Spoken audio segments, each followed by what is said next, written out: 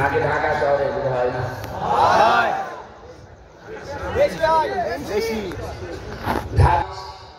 কোন মহিলা কোন স্ত্রী যদি আমি আরো বেশি দিন বেশি থাক, আমার স্বামীর সম্মান, আমার স্বামীর সন্তান, আমার স্বামীর এই প্রভাব প্রতিপত্তি, টাকা পয়সা এগুলো আরো বেড়ে যাক।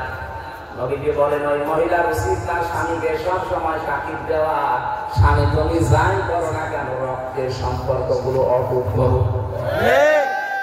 তুমি তোমার ভাইয়ের সাথে সম্পর্কটা ঠিক রাখো, তোমার বোনের সাথে সম্পর্ক ঠিক রাখো, মা বাবার সাথে সম্পর্ক ঠিক রাখো, তোমার চাচা চাচি ফুফা ফুফি এদের সাথে সম্পর্ক ঠিক রাখো, কারণ এদের সাথে সম্পর্ক রক্তের কিসের।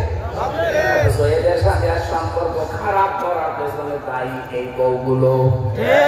আর এই বউগুলোকে পিন দেয়, ঔষধ দেয় ওই বোর মার ওর বড় বোন। এখান থেকে শুধু ঔষধ পাঠায়, কতদিন থাকবি আলাদা হয়ে যা। আমার মনে হয় ঢাকাতে এরকম কিছু হচ্ছে, এই জন্য এত আওয়াজ দিচ্ছে। কার কার বউ এরকম ছোট মনের একটু হাত করে দাও।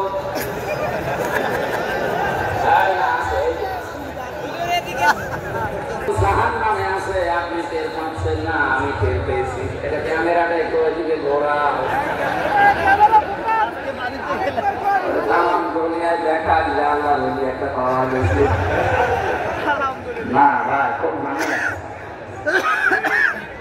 এতদিন পর্যন্ত মেয়ে লোক ক্ষমতায় ছিল, এই জাতীয় আইন খুব কড়াকড়ি।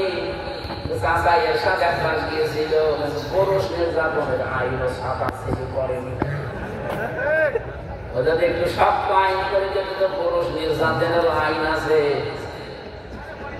বলেন তো এই যে জল্লাদটা ওখানে একটা থাপ্পড় দিয়েছিল ওখানে সংশোধন করার জন্য, বউ শুধু কারণে অকারণে মায়ের সাথে তর্কাতর্কি করতো, মাকে কিছু দিলেই বউ রাগ করতো।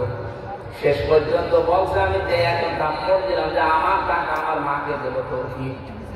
সাদা মরে গেল, আজ আমি 30 বছর জেল খাটতেছি। একটা মানুষ বলেন তো 17 বছর হয়ে বিদেশে, 20-22 বছর না হলে তার বিদেশ যায়নি।